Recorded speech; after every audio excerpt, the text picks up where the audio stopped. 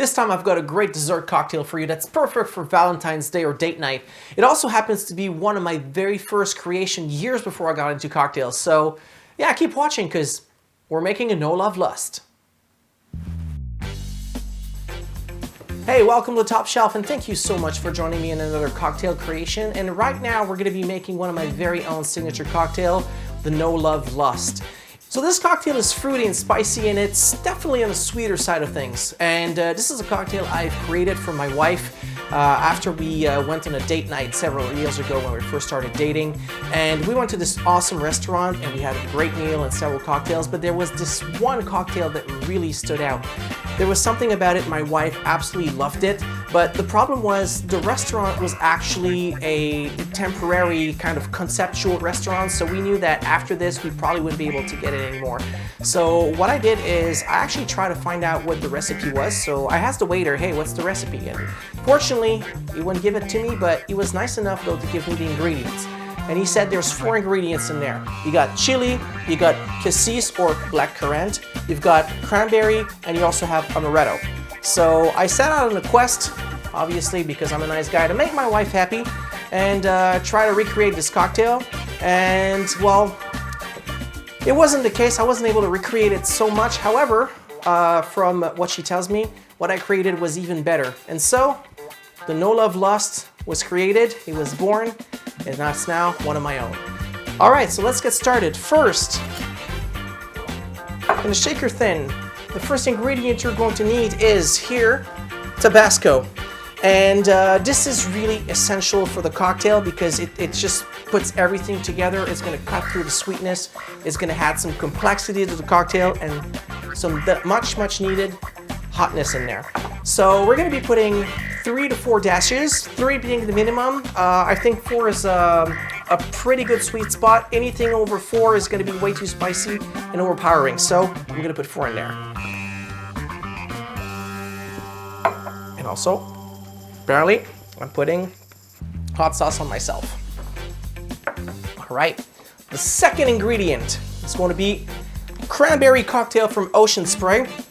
You could use pure cranberry juice on this one, but be careful because you're gonna have to keep in mind that you'll need to put some more simple syrup in there because otherwise it's gonna take a little too sour. So for me, I think it's just more balanced and I prefer the taste with the Ocean Spray. And for this one, 3 ounces of Ocean Spray. So we're gonna go 1.5 ounces. Then 3 ounces. There you go.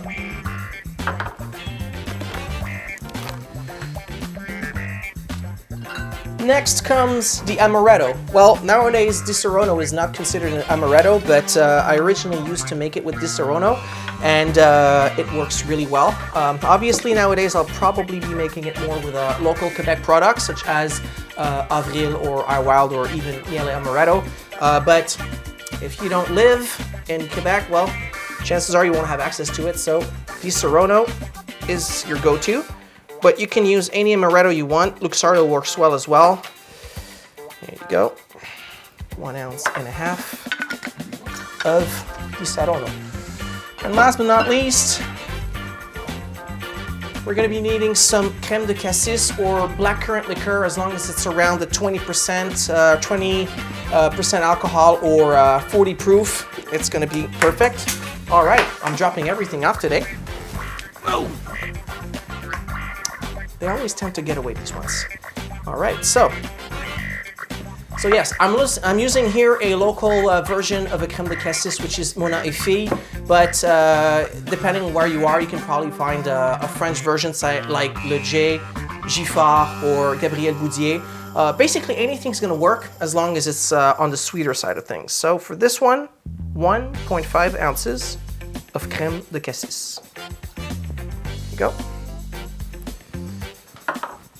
Better not run away from me now. There you go. All right, and then next we're gonna put some ice. There you go.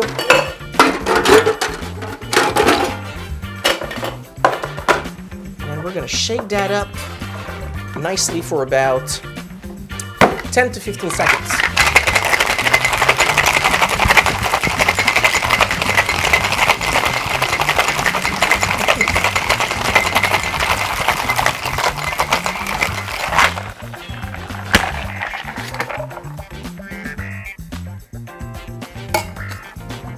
go.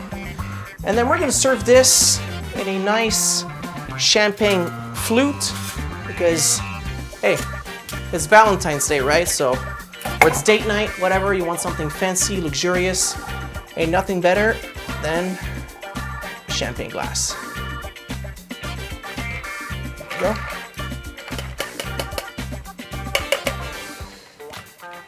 All right, well, I'm gonna keep it around like this because there's probably more liquid in there.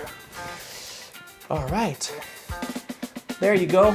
This is how you're gonna be making a No Love Lust. Let's give it a shot, see what it tastes like.